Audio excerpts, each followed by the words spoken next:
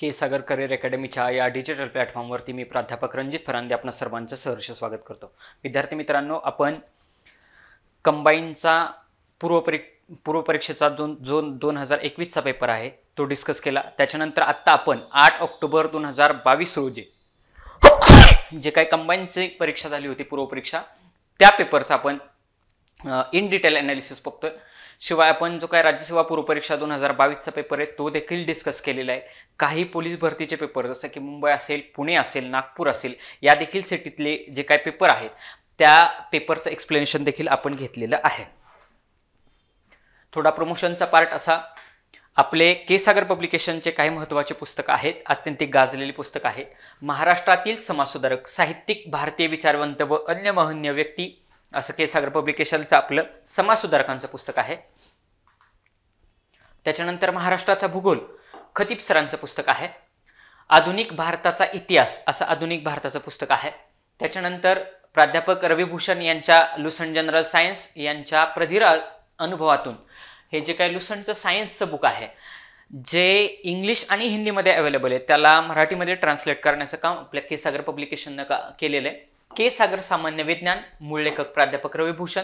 या पुस्तकाचं वैशिष्ट्य सांगायचं विद्यार्थी मित्रांनो म्हणजे राज्यसेवा पूर्वपरीक्षा जी 4 जून 2023 रोजी झाली होती त्यातील 22 पैकी 19 प्रश्न या पुस्तकातील होते आणि 23 जानेवारी 2022 रोजी झालेल्या क्वेश्चन पेपरमध्ये 23 आउट ऑफ 23 प्रश्न याच बुकमधील विचारलेले होते। त्याच्यानंतर महाराष्ट्रातील पंचायत राज व नागरी स्थानिक स्वराज्य संस्था, लेखक प्राध्यापक व्ही पाटील असं पंचायत राजचं पुस्तक आहे आपलं। के सागरचं सगळ्यात गाजलेलं पुस्तक म्हणजे पॉलिटीचं पुस्तक, polity of India with the special reference to the Maharashtra असं नवीन संसद भवन असलेलं हे नवीनच बुक मार्केटमध्ये म्हणजे पहिलं ऑलरेडी आहे, नवीन एडिशन त्याची लॉन्च होते आहे। संपूर्ण बुद्धिमापन, त्याचबरोबर गट ब व गट क संयुक्त पूर्वपरीक्षा कंबाईन, ह्या कंबाईनचा हा 87व्या नंबरचा हा ठोकळा आहे। गट ब व गट क 2022च्या पेपरसह याच्यामध्ये एक्सप्लेनेशन दिलेलं आहे।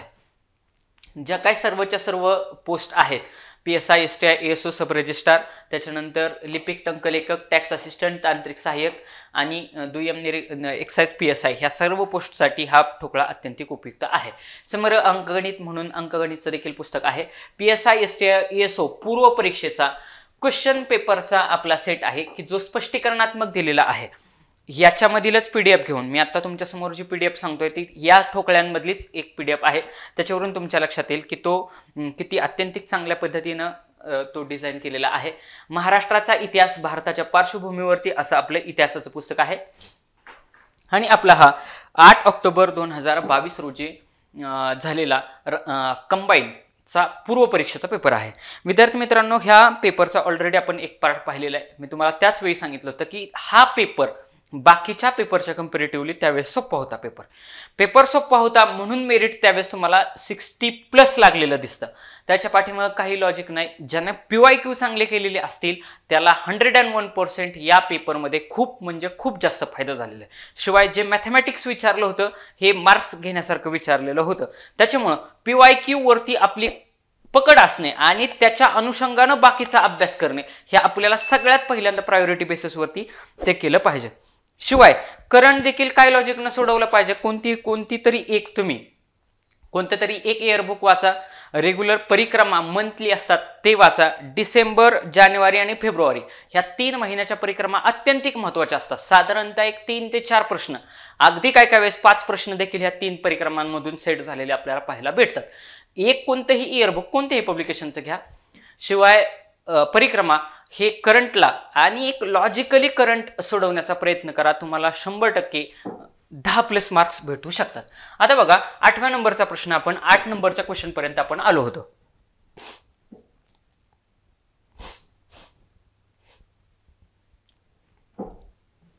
भारताच्या महत्वाकांक्षी गगनयान या अंतरिक्ष मोहिमेला खालीलपैकी कोणत्या देशाचे महत्वपूर्ण सहकार्य लाभले आहे। काय म्हणताय की सॉरी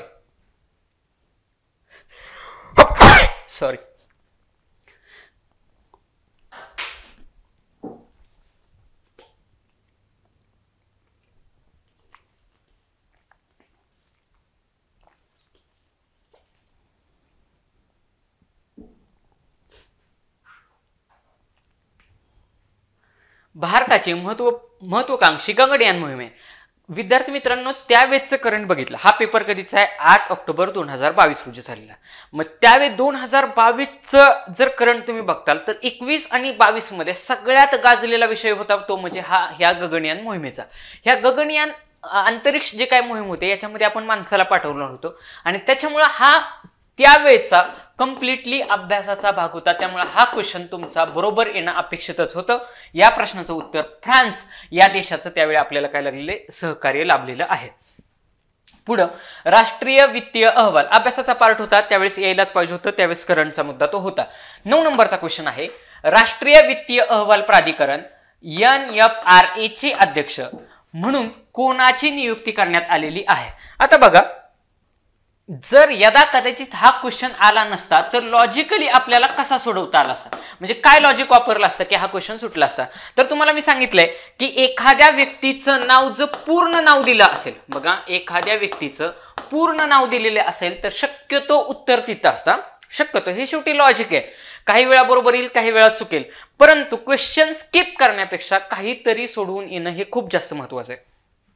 आता बघा, राष्ट्रीय वित्तीय अहवाल प्राधिकरण NFR चे अध्यक्ष म्हणून कोणाची नियुक्ती करण्यात आलेली आहे?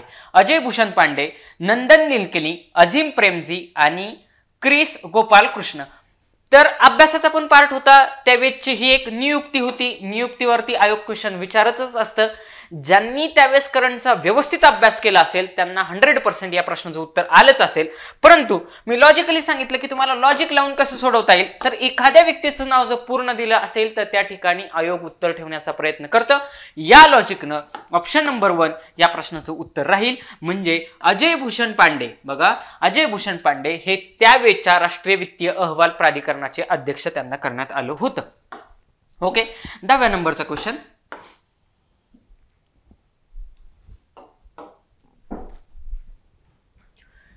10 नंबरचा क्वेश्चन. हा देखील क्वेश्चन लॉजिकली आपण सोडवू शकत होतो. बघा, लॉजिक वापरून हा क्वेश्चन सोडवत होतो.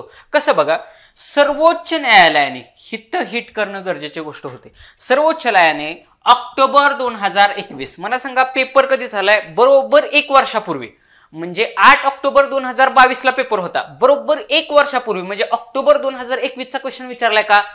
हा क्वेश्चन काय सांगतो विद्यार्थी मित्रांनो आपल्याला, की कमीत कमी 1 वर्षाचे करंट अफेअर तुम्ही करणं 100% गरजेची गोष्ट आहेच.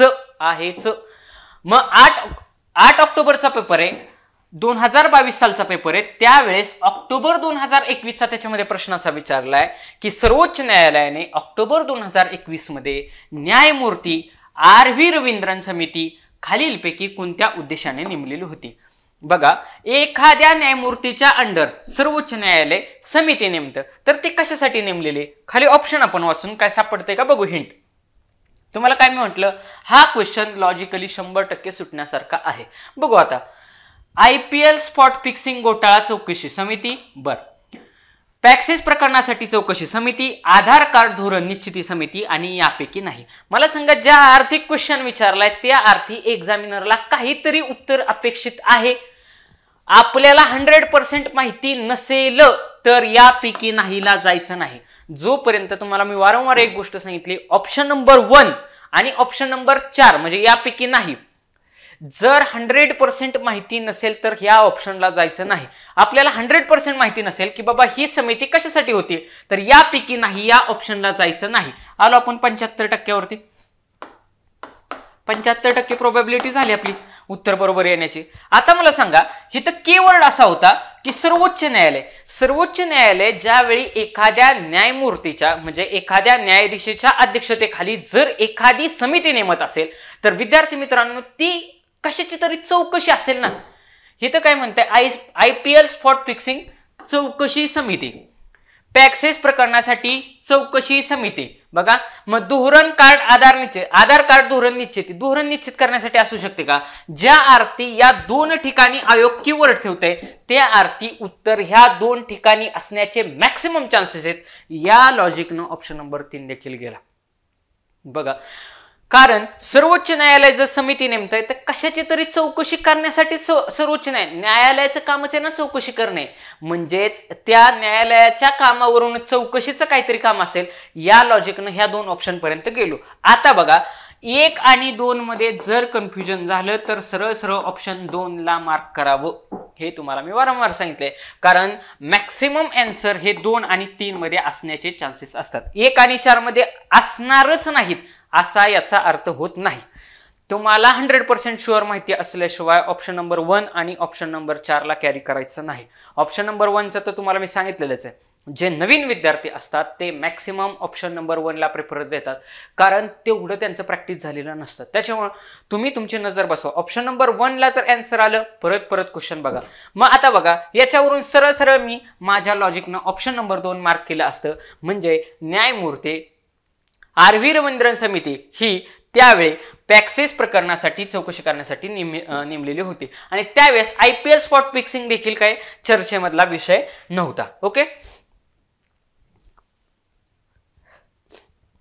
पुढचा 11व्या नंबरचा क्वेश्चन.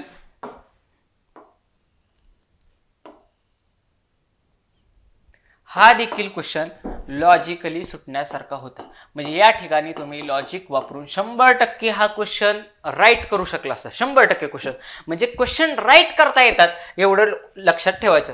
कोणत्या केंद्रीय मंत्रालयाने माय CGHS मोबाईल ऍप्लिकेशन लॉन्च केलेलं आहे? शिक्षण मंत्रालय, आरोग्य मंत्रालय, पर्यटन मंत्रालय आणि सांस्कृतिक मंत्रालय. आता ऍप कुठलं केले? कोणत्या तरी एखाद्या मंत्रालयाने केले. म्हणजे त्या मंत्रालयाचा पॉइंट इथं असू शकतो. ह्या H वरून असं लक्षात येतं, H वरून हेल्थ हा कीवर्ड इथं सापडतो. कारण शिक्षण मंत्रालय म्हटल्यावरती एज्युकेशनचा ई पाहिजे होता. ई आहे का तिथं? 100% नाही. पर्यटन म्हटल्यावरती टुरिझमचा टी पाहिजे होता. टी आहे का तिथं? 100% नाही. एक सांस्कृतिक, मग आता सांस्कृतिक मंत्रालयाचं मला इंग्लिशमध्ये आता इथं ऑप्शन नसल्यामुळे मला सांगता येत नाही. पण आरोग्य मंत्रालयाचा जो काही हेल्थचा H आहे तो 100% या ठिकाणी होता. शिवाय आपण ऑप्शन नंबर 2 आणि ऑप्शन नंबर 3 ला जास्तीत जास्त प्रेफरन्स देत असतो. या लॉजिकनं देखील या प्रश्नाचं उत्तर आरोग्य मंत्रालय असं तुम्हाला करता आलं असतं. म्हणजे लक्षात घ्या की तुम्ही काही ना काहीतरी लॉजिक वापरून त्या प्रश्नापर्यंत पोहोचण्याचं, त्या प्रश्नाच्या 100% ॲक्युरेट उत्तरापर्यंत पोहोचण्याचा आपण प्रयत्न केला पाहिजे. शिक्षण मंत्रालय म्हटल्यावरती ह्या ऍप्लिकेशनच्या शॉर्ट फॉर्म मध्ये माय CGSC मध्ये हा जो शॉर्ट फॉर्म दिलाय ह्याच्यामध्ये ई पाहिजे होता, ई नाही. शिक्षण मंत्रालय गेलं. टुरिझम, पर्यटन मंत्रालय टी पाहिजे होता, टी देखील नाही. म्हणजे 2 आणि 4 मध्ये जरी कन्फ्युजन झालं तरी आपण मॅक्सिमम 2 आणि 3 ला प्रेफरन्स दिला पाहिजे. या लॉजिकनं देखील या प्रश्नाचं उत्तर 100% बरोबर आलं असतं. आरोग्य मंत्रालय म्हणजे हेल्थ मिनिस्ट्री, ह्या health मिनिस्ट्रीच्या under hey my XYZ app हे लॉन्च केलेलं होतं. आता 12व्या नंबरचा क्वेश्चन. कोणत्या देशाने 2022चा कॉम्पिटस ऍक्ट लॉन्च केलेला आहे? Russia, England, America, Australia. हिथं आहे, हिथं आहे. म्हणजे 100% उत्तर ह्या दोघांमध्ये नाही. 2 की 4 ऑस्ट्रेलिया की अमेरिका. आणि तुम्हाला मी अगोदरच सांगितले की एखाद्या ठिकाणी ऑप्शन मध्ये USA असेल. बघा अमेरिका जर एखाद्या ऑप्शन मध्ये दिलेलं असेल तर त्या ठिकाणी USA ला घेऊन जा. जर भारत दिला असेल तर भारताला प्रेफरन्स द्या. महाराष्ट्र दिला असेल महाराष्ट्राला प्रेफरन्स द्या. इस्रो असेल इस्रोला प्रेफरन्स द्या. नासा असेल नासाला प्रेफरन्स द्या. हे ठराविक कीवर्ड्स आहेत. म्हणजे नाही का की ऑप्शन तुम्ही स्किप करण्यापेक्षा शक्यतो आयोग काय करतं, इस्रो असेल, DRDO असेल, नासा असेल, अमेरिका असेल, यासारख्या वेगवेगळ्या गोष्टींवरती भारतामधला एखादा महत्वाचा पॉईंट असेल, राज्यामधला एखादा महत्वाचा पॉईंट असेल, त्याच्यावरती आयोग वारंवार फिरून प्रश्न विचारतं. म्हणजे विचारतच. या ठिकाणी अमेरिकेला तुम्ही घेऊन जाणं अपेक्षित होतं. या लॉजिकनं देखील या प्रश्नाचं उत्तर सुटलं असतं. 13 नंबरचा क्वेश्चन. 16वी जागतिक युवा तिरंदाजी स्पर्धा 2021. बघा 2021 ला त्यावेळेस ऑगस्ट 21 मध्ये क्वेश्चन विचारलेला आहे. ज्यांना इयर बुक वाचलं असेल त्यांना 100% या प्रश्नाचं उत्तर आलंच असेल. 16वी जागतिक युवा तिरंदाजी स्पर्धा ऑगस्ट 2021 मध्ये खालीलपैकी कोणत्या देशात पार पडली? तर ती पोलंड या देशामध्ये पार पडलेली आहे. हे या प्रश्नाचं उत्तर होतं. ओके, त्यावेळेचा अभ्यासाचा पार्ट होता. 14 नंबरचा क्वेश्चन. 14 नंबर. कुष्ठरोगासाठीचा आंतरराष्ट्रीय गांधी पुरस्कार 2021 कोणाला प्रदान करण्यात आला? विद्यार्थी मित्रांनो, ह्या पेपरमध्ये साधारणतः 10 ते 12च्या दरम्यान विद्यार्थ्यांनी मार्क घेतलेली आहेत.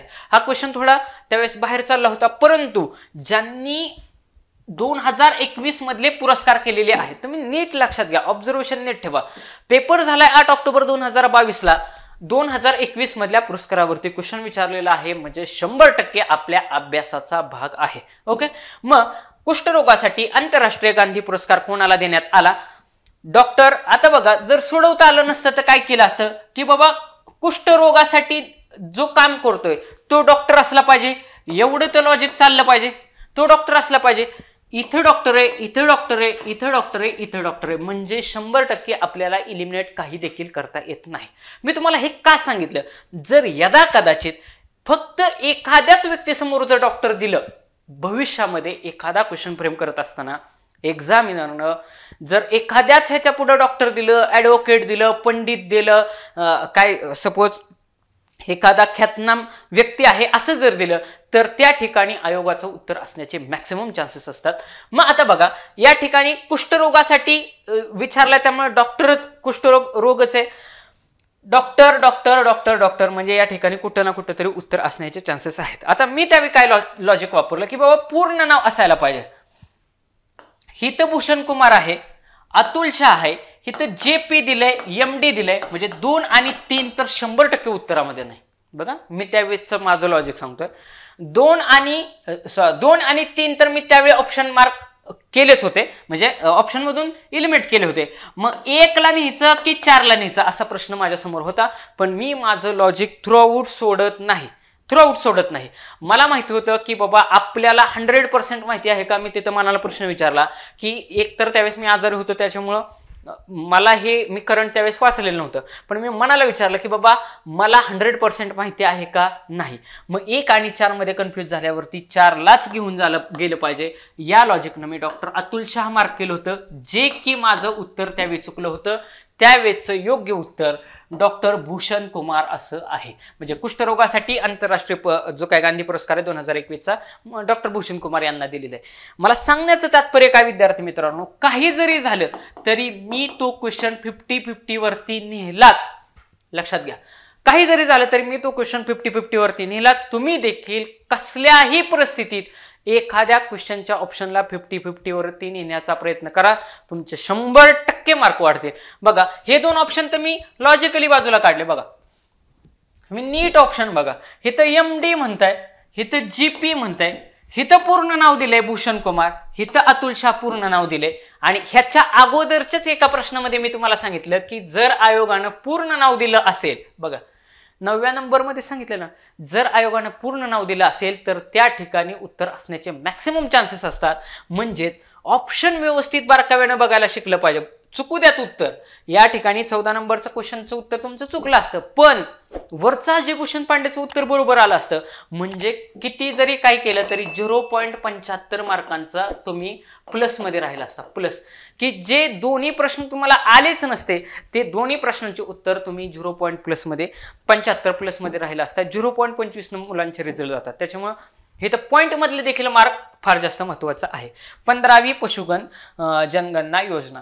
आता हा ज्यांनी 2019 म्हणजे कोविडच्या अगोदर जे काही इयरबुक आलं होतं, म्हणजे ह्याच्यानंतर कोविड आलाय, मग ज्यांनी कोविडच्या काळामध्ये ह्याचा अभ्यास केला असेल त्या विद्यार्थ्यांना हा सहज अभ्यासाचाच भाग म्हणून येणं अपेक्षित होतं.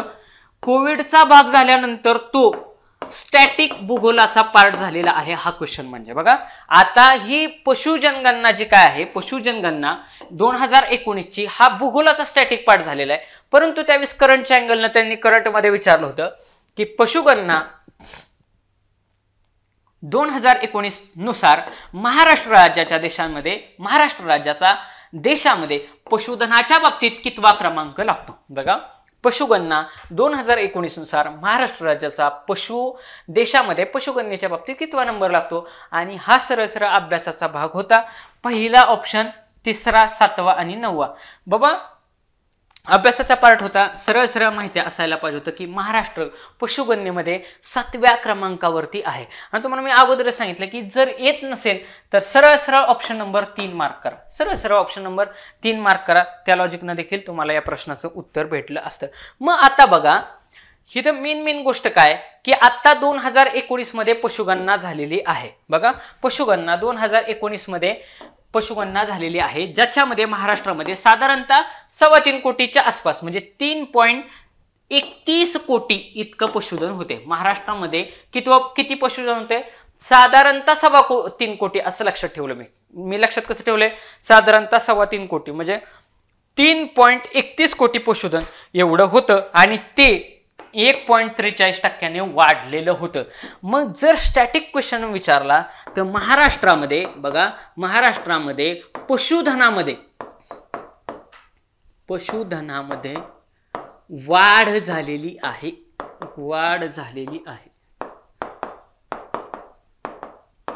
म्हणजे उद्या जर तुम्हाला क्वेश्चन विचारला की 2019च्या पशुगणनेनुसार महाराष्ट्रामध्ये पशुधनामध्ये घट झालेली आहे तर विधान 100% रॉंग आहे. का? कारण पशुधन महाराष्ट्रामध्ये वाढलेलं आहे. कितीने वाढले? 1.83%. आता तुम्हाला मी हा आकडा सांगतोय म्हणून लक्षात राहील, परंतु आकडे साधारणतः लक्षात राहत नाहीत. एक्झामच्या अगोदर 2 दिवस तुम्हाला ते रिवाइज करणं गरजेचीच गोष्ट असते. मग आता बघा 2019च्या महाराष्ट्राच्या पशुधनामध्ये वाढ झालेली आहे हे या ठिकाणी तुम्ही लक्षात ठेवणं अपेक्षित आहे. मग आता बघा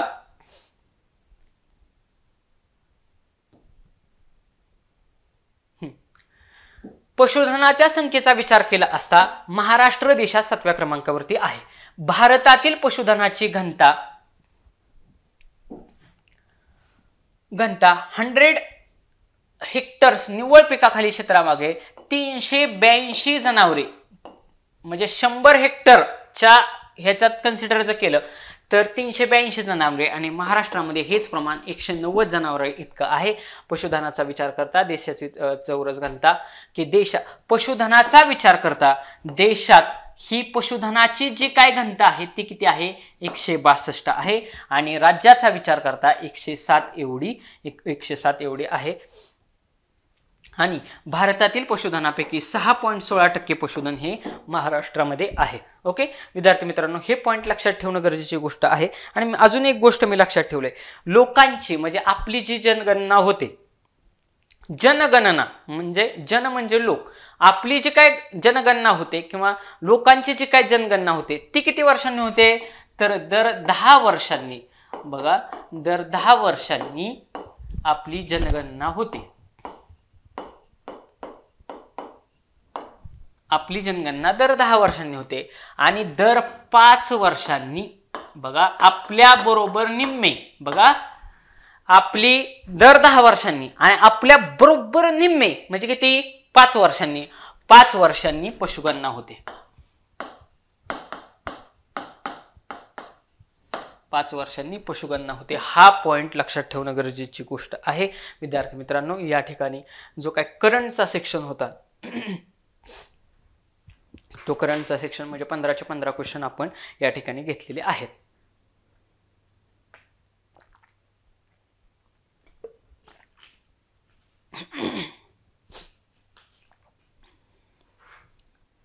आता बघा 16व्या नंबरच्या क्वेश्चन पासून आपण पॉलिटीच्या सेक्शनला स्टार्ट करणार आहे.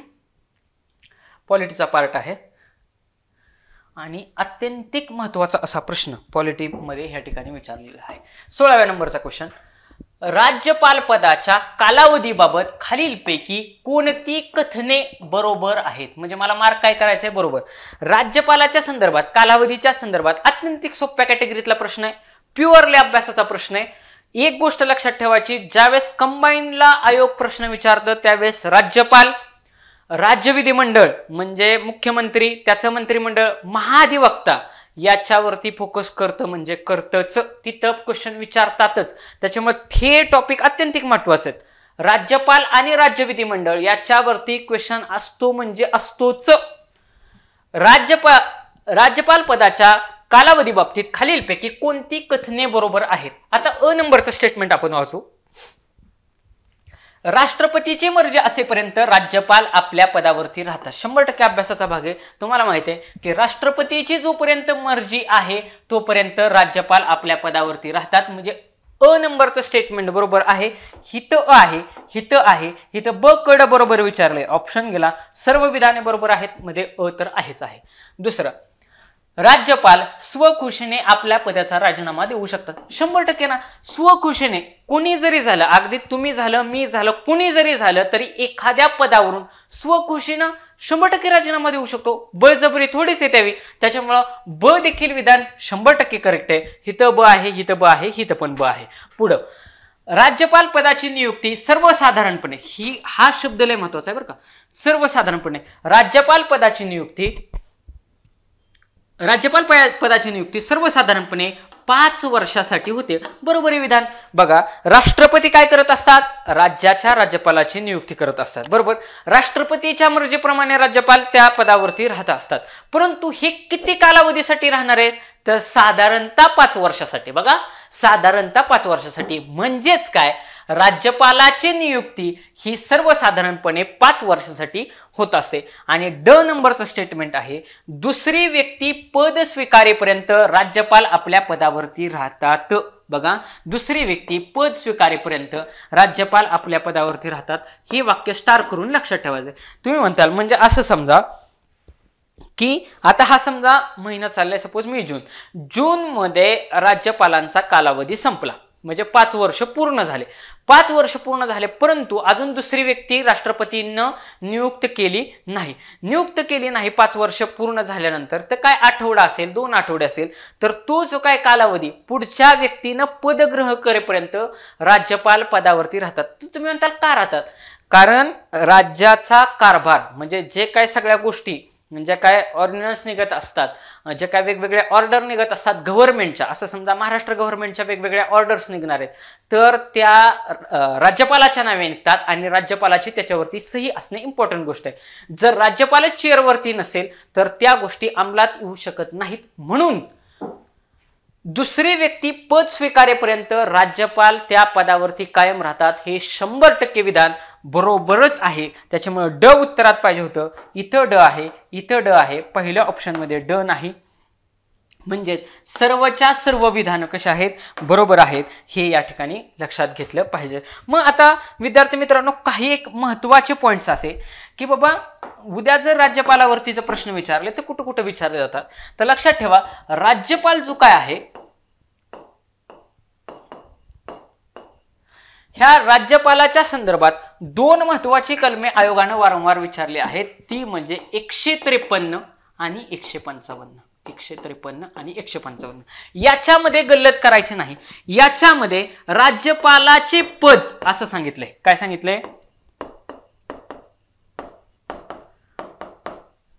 राज्यपालाचे पद सांगितले आणि 155 मध्ये त्याची नियुक्ती सांगितली. 155 मध्ये नियुक्ती सांगितली. 153 म्हटलं की राज्यपालाचं पद, 155 म्हटलं की नियुक्ती. ही जी काही नियुक्ती, ही नियुक्ती कोण करत असते? तर ही नियुक्ती राष्ट्रपती करत असतात. राष्ट्रपती करत असतात. मग एकदा आयोगाने असा पण प्रश्न विचारलाय की राज्यपालाचे पद हे कुठून घेण्यात आलेलं आहे? म्हणजे हा जो कन्सेप्ट आहे राज्यपालाचे पद, हे राज्यघटनेमधून कुठून घेण्यात आलंय? तर 1935 चा जो काही कायदा आहे, या 1935च्या कायद्यानुसार राज्यपालाचे पद घेण्यात आलेले आहे. बघा, 1935च्या कायद्यानुसार राज्यपालाचे पद घेण्यात आलेले आहे. मग ही राष्ट्रपती काय करत असतो? 155 नुसार ह्याची नियुक्ती करत असतो. किती वर्षांसाठी करत असतो? साधारणतः 5 वर्षांसाठी. 5 वर्षांसाठी राष्ट्रपती राज्यपालाची नियुक्ती करत असतो. या ठिकाणी ह्या राष्ट्रपतीची मर्जी अत्यंतिक महत्वाची गोष्ट आहे. राष्ट्रपतीची मर्जी असते म्हणजेच केंद्रीय मंत्रिमंडळाची मर्जी असते ना. राष्ट्रपती, लक्षात ठेवा, एक माझं विधान कायमस्वरूपी तुम्ही लक्षात ठेवा, राष्ट्रपती स्वतःच्या मनानं काहीच करू शकत नाही. एवढं विधान लक्षात ठेवा. कायम त्याला मंत्रिमंडळाचा सपोर्ट लागणार म्हणजे लागणार. म्हणजे केंद्रीय मंत्रिमंडळच काय करत असतं? त्यांच्या फेवर मधला एखादा व्यक्ती काय करत असतं? राज्यामध्ये ठेवत असतं. आता तुम्हाला माहितीच आहे, पाठीमागच्या कोविडच्या काळामध्ये ज्यावेळेस ठाकरे आपले उद्धव ठाकरे यांचं सरकार होतं, मुख्यमंत्री उद्धव ठाकरे होते, अजितदादा उपमुख्यमंत्री वगैरे होते, त्या कालखंडामध्ये जर तुम्ही विचार केलं तर त्यावेळेस भगतसिंग कोश्यारी राज्यपाल होते आणि त्यावेळेस बघा 12 आमदारांचा प्रश्न, फार विधान परिषदेवरच्या 12 आमदारांचा प्रश्न खूप म्हणजे खूप जास्त त्यावेळेस गाजलेला मुद्दा होता. कोविडच्या काळामध्ये मदतीचा प्रश्न गाजला होता. म्हणजे काय, हे राष्ट्रपती काय करत असतात, ह्या व्यक्तीला हे नियुक्त करत असतात आणि ह्या जर व्यक्तींना त्रास द्यायचं ठरवलं तर तो अत्यंत प्रकारे त्रास देऊ शकतो, असं देखील विधान आयोगाने एकदा विचारलेलं आहे. कलम ही 2 लक्षात ठेवणं महत्वाची गोष्ट आहे.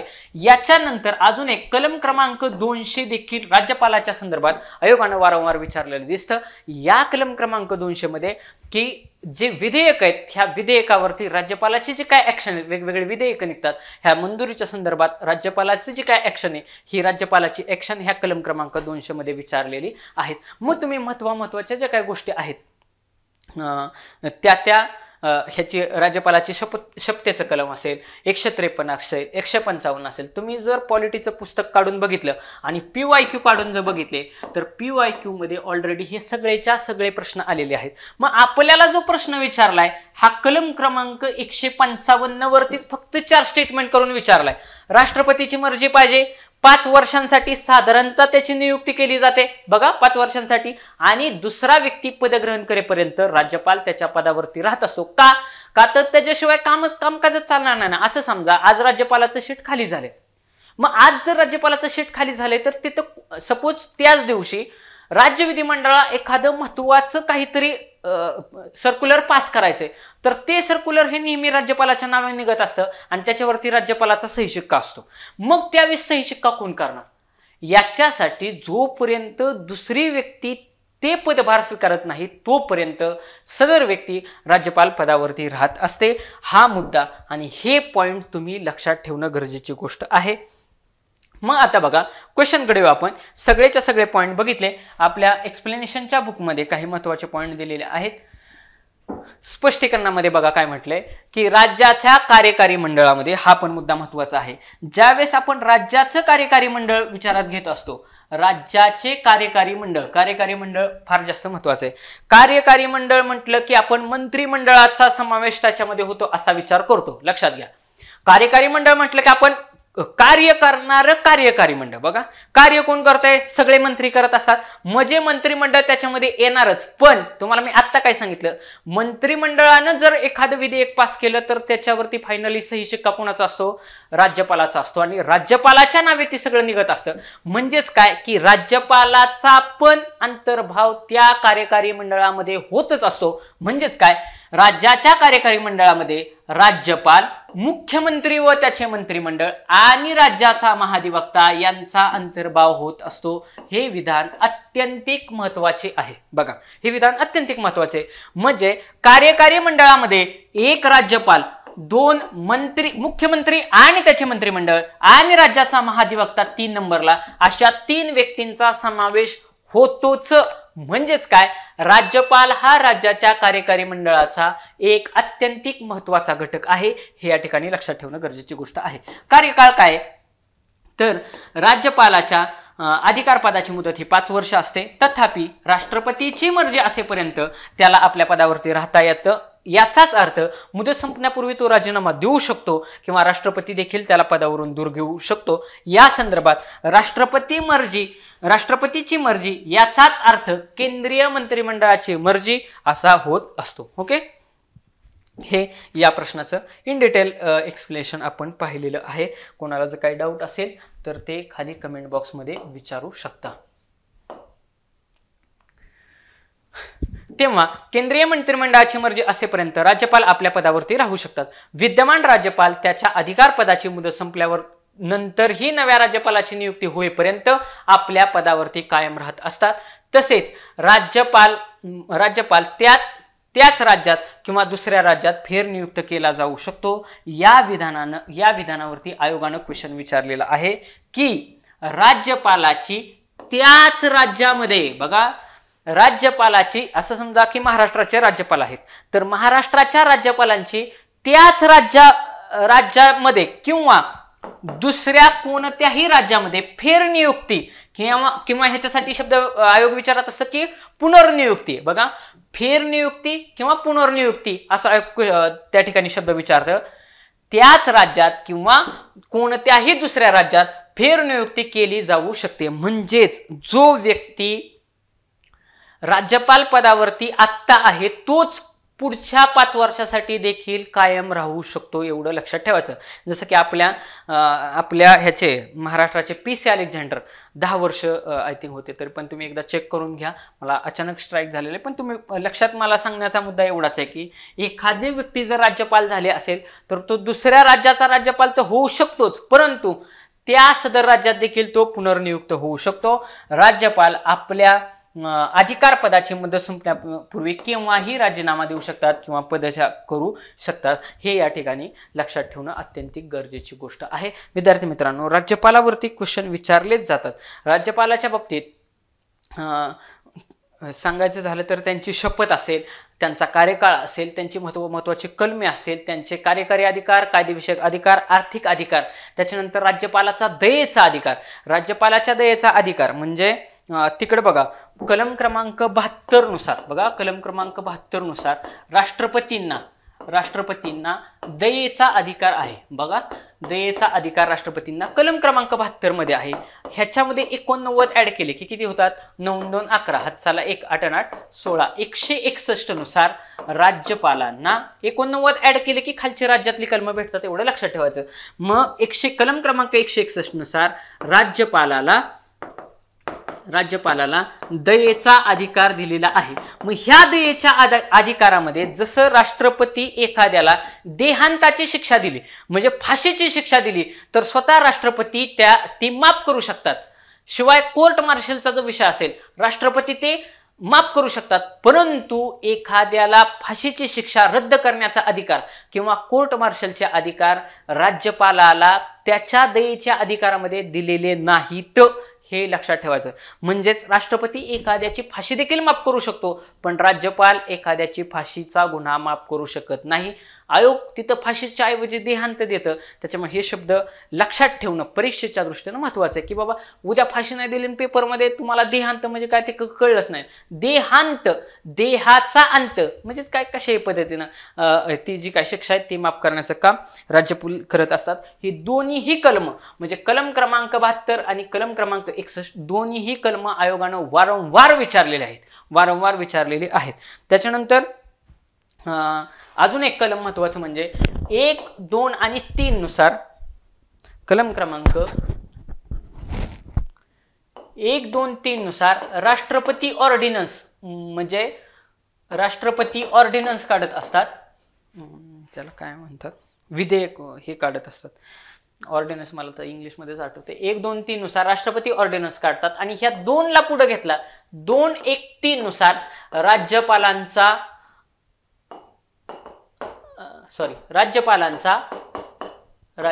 ऑर्डिनन्स काढत असतात.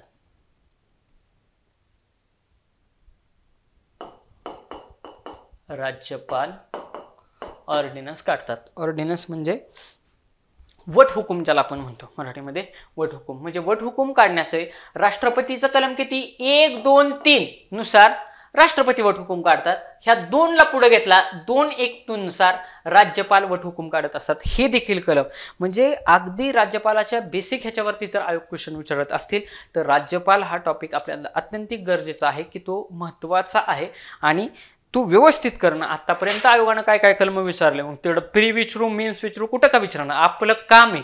आतापर्यंत आयोगानं विचारलेले राज्यपालाचे सगळेच्या सगळे प्रश्न करणे, 100% तुम्हाला प्रश्न त्या ठिकाणी एक्झाममध्ये सुटणार म्हणजे सुटणार. विद्यार्थी मित्रांनो, हे लेक्चर्स तुम्हाला कसे वाटतात कमेंट बॉक्समध्ये नक्की कळवा. केसागर करिअर अकॅडमीला लाईक करा, सबस्क्राईब करा. धन्यवाद.